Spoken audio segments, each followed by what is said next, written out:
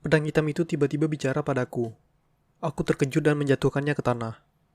Penjaga toko yang sedang negosiasi dengan pelanggan lain, dia menyipitkan matanya dan menatapku.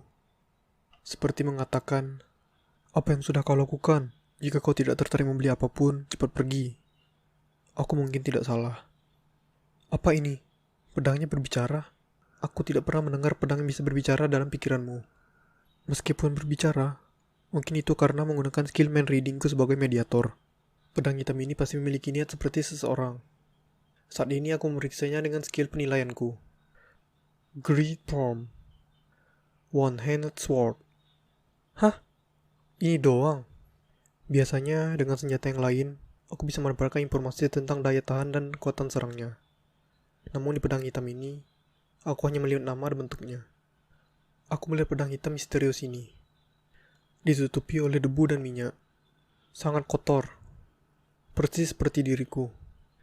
Juga diperlakukan sebagai sampah. Ketika memikirkannya, entah bagaimana aku merasa suatu persamaan darinya. Aku yakin suara tadi yang aku dengar seperti, Tolong, belilah aku.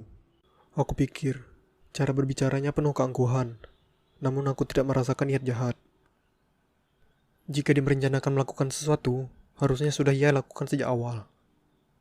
Kemudian, meskipun aku menyentuhnya lagi, seharusnya tidak akan ada masalah. Aku mempersiapkan diri dan kemudian menjengkam pedang itu.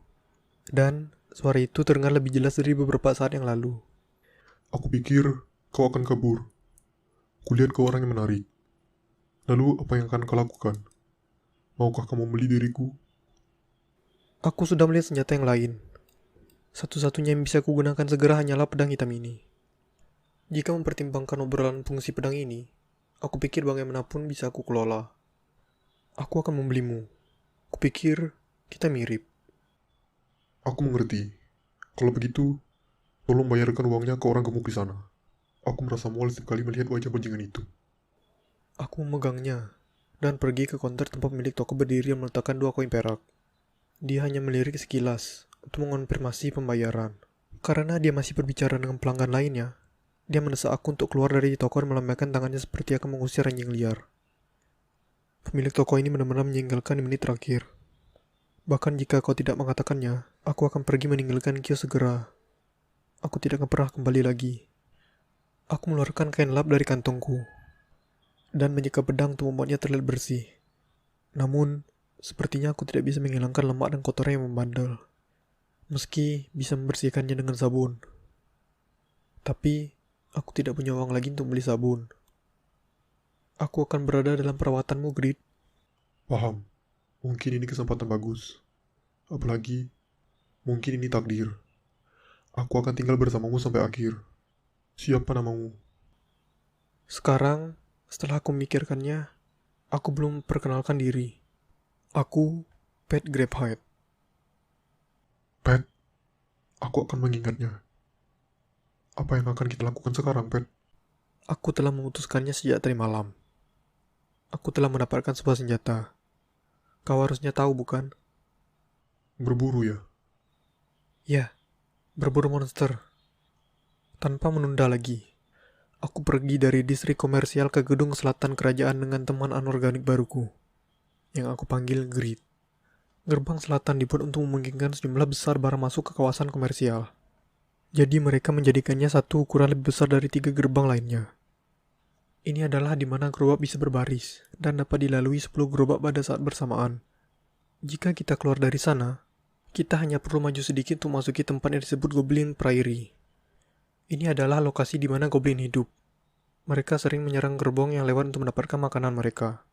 Kekuatan monster ini berada pada level terendah, jadi sangat cocok untuk prajurit dan pejuang pemula. Aku harus hati-hati, karena biasanya mereka bersembunyi di rumput dan menyergap orang.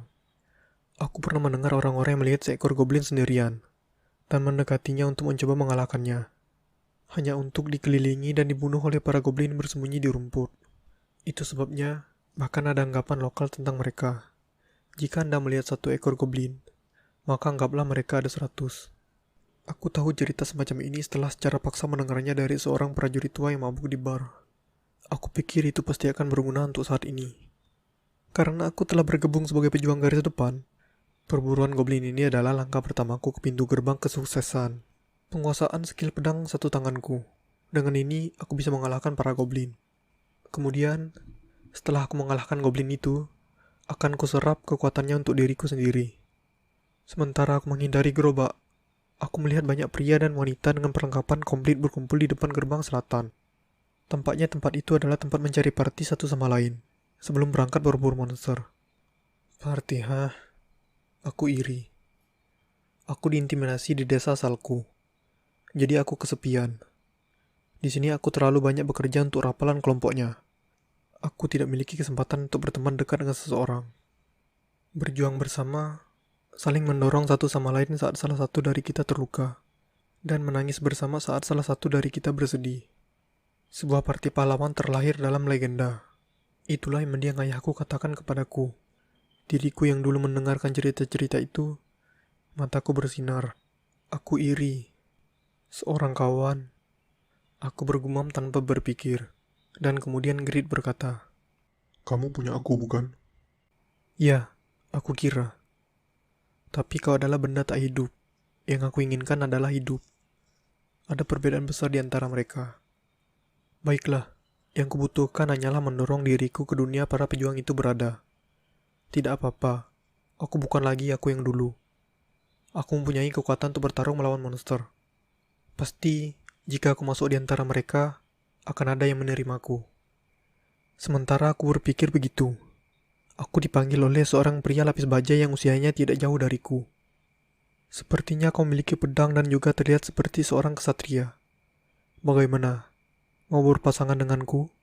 Apakah tidak apa-apa? Aku senang, dan keteganganku meningkat. Karena sedikit pengalamanku dibutuhkan oleh orang-orang. Ini hampir membuatku menangis ketika seseorang mengatakan bahwa kekuatanku dibutuhkan. Tentu, aku merasa malu karena rekan berburuku tidak di sini. Ngomong-ngomong, berapa levelmu? Baiklah, aku level 1. Setelah dia mendengar levelku, wajahnya sesak. Setelah itu, dia mengatakan kepadaku bahwa dia mempunyai urusan lain sambil mengaruk kepalanya dan berjalan menjauh dariku. Entah bagaimana. Hanya kekosongan aneh yang tersisa. Sementara aku terkejut, Grit berkata, Pet, menyerahlah. Bahkan jika kamu memiliki keahlian, tidak ada yang mau mengadakan party dengan yang level 1. Kamu mungkin bisa mati dalam pertempuran. Kamu juga tidak ingin berpasangan dengan pria lemah, bukan? Aku terkejut mendengarnya. Aku menyadari bahwa jika aku memperoleh status lebih besar, skill dan perasaan mereka lebih kuat. Sebenarnya, aku baru sampai di garis start. Sampai sekarang, aku terlihat seperti sampah. Aku telah kehilangan pandangan tentang apa yang normal itu sebenarnya. Aku terlalu percaya diri. Ya, selain itu, keahlianmu tidak baik diungkapkan kepada orang lain. Kau harus berhenti bergabung dengan sebuah party. Selain itu, lebih baik skill pelahapmu kau sembunyikan saja dengan menggunakan skill concealment. Tidak termasuk skill penguasa pedang satu tanganmu. Itu saja yang ingin aku katakan. Kenapa harus seperti itu? Itu karena kau dan aku sama jenisnya. Nah, kau mungkin akan memahaminya cepat atau lambat. Meski aku merasa terganggu, apa yang dia katakan itu tidak salah. Skill ini terlalu kuat untuk sebuah skill yang unik. Jadi, jika pejuang lain mempelajarinya, hasilnya tidak akan baik untukku. Misalnya, jika ada seseorang yang mampu mencuri kekuatan orang-orang yang telah mereka bunuh, orang itu mungkin akan mencoba mencuri kemampuanku. Dan jika demikian, maka mereka mungkin akan berusaha membunuhku sementara aku masih lemah. Paling tidak, itulah hipotesisku berdasarkan bagaimana Rapal akan berpikir dalam posisi itu. Yah, mungkin ada seseorang yang memikirkan hal seperti itu tentangku. Untuk keselamatanku sendiri, sepertinya aku tidak bisa melakukan apapun, kecuali berburu dengan Grit. Paling tidak, sampai aku punya cukup tenaga sehingga tidak ada yang bisa menggangguku. Pertama-tama, mari kita berburu goblin.